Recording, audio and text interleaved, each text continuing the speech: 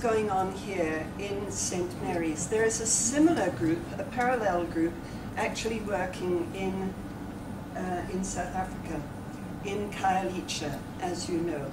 Now, I first floated this idea around the Khayelitsha initiative about a year ago, and it's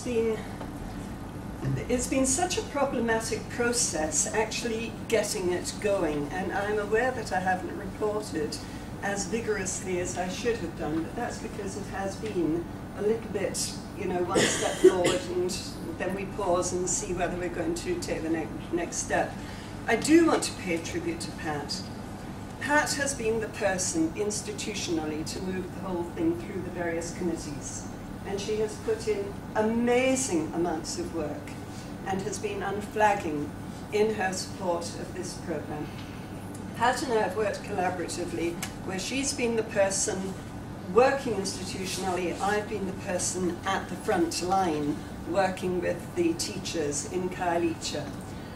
As you know, Khayelitsha is a shanty town. I mean, in some parts of it, it doesn't even qualify as a township. It is literally one of those tin shack kind of places.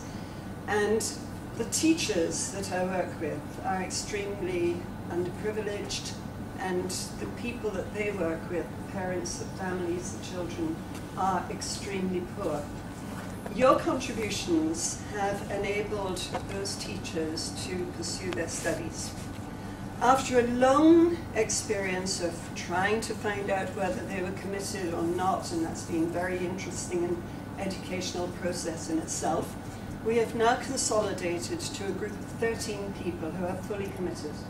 And they are producing work that is of an entirely acceptable standard, and some of them are producing work that is of an exceptionally high standard. There is a broad range in the group of 13, but they're all there.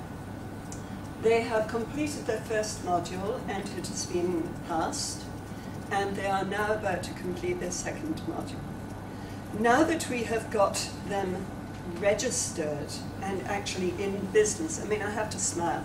I always seem to go into a kind of school mom attitude when I go back, you know, saying you must do this and do this and do this. And that doesn't sit easily with me, but that's what I do. Now, having got them inspired, I can't stop them. And whereas before I was chasing them all the time for their work, now they are just swamping me with work. And I do a lot of draft work with them because of the English, because of the conceptualization.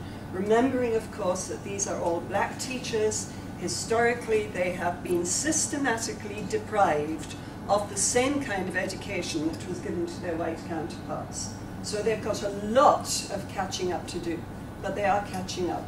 Now, one thing I really want to do in the new year is to begin to link the two groups and hopefully bring them together at some time. I had wanted that members of ZAR staff could have actually gone to Khayelitsha to team teach, but procedurally that was not possible, and so we keep on finding ways of doing that.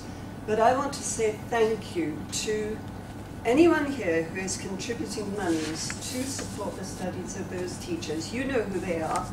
Other people don't know who you are, but you know who you are.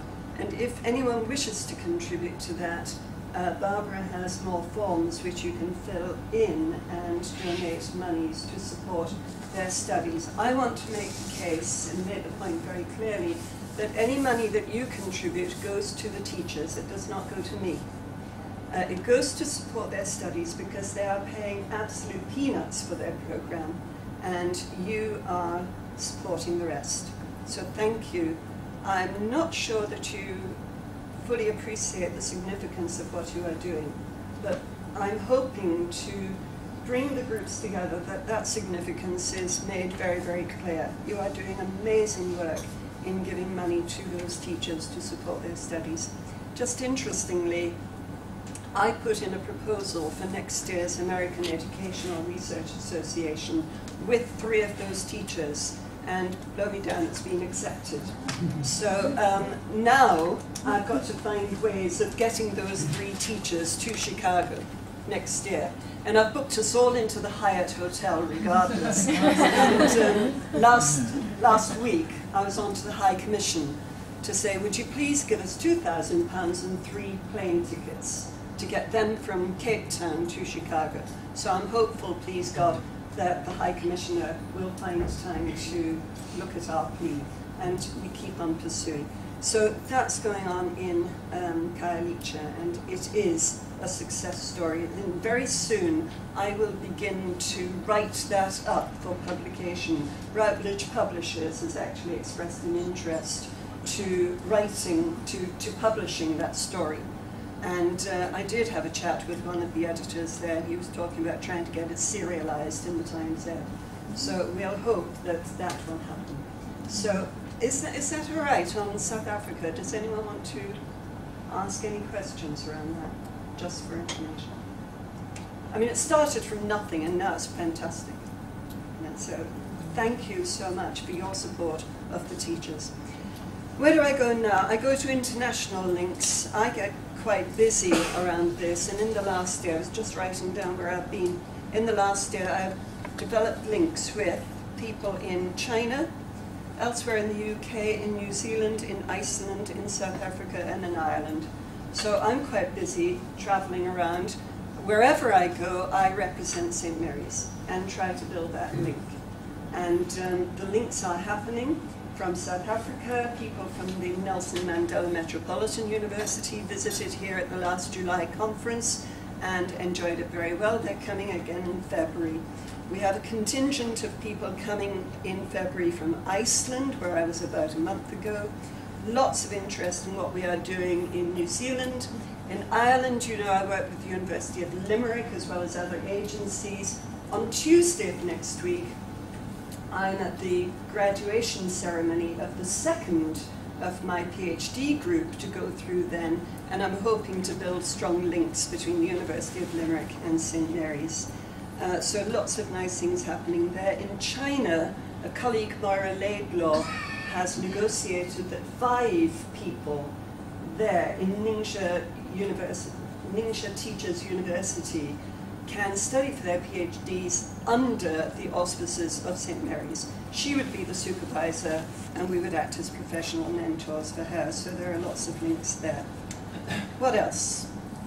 Publications. Colleagues are busy writing and we're finding ways to publish work as refereed articles and as books. And future developments. We'll continue to develop the international links, we'll continue to write for publications. We have presentations next year at the American Educational Research Association. Jane, you're presenting. I'm presenting. The people from Khayelitsha are presenting, so St. Mary's will be well represented. Last year we represented St. Mary's at the British Educational Research Association, and we'll do again this year, and in 2007. And just coming to the February seminar, which you've heard a couple of times, this is an invitational seminar. It is going to be quite small, and it is strictly invitational, but it is bringing together some people from those networks from higher education who are particularly interested in studying their own practices. So colleagues from the School of Education in the Action Research Group will be there. But we've also got people from other universities who want to come and learn from us what we are doing. Because apart from the Nelson Mandela Metropolitan University in South Africa, I do not know of any university that actually has a group of staff who are studying their own practice. A lot of people talk about it. We've got huge literature on a scholarship for learning, a new scholarship. But there are very, very few people who are actually doing it, whereas our group here is doing it. And I can't tell you how proud I am to be associated with it. So that's my report. Lots of things going on, very exciting times, and it's so good that everyone feels part of it. Can I respond to any questions? I've stunned you into silence. Thanks very much.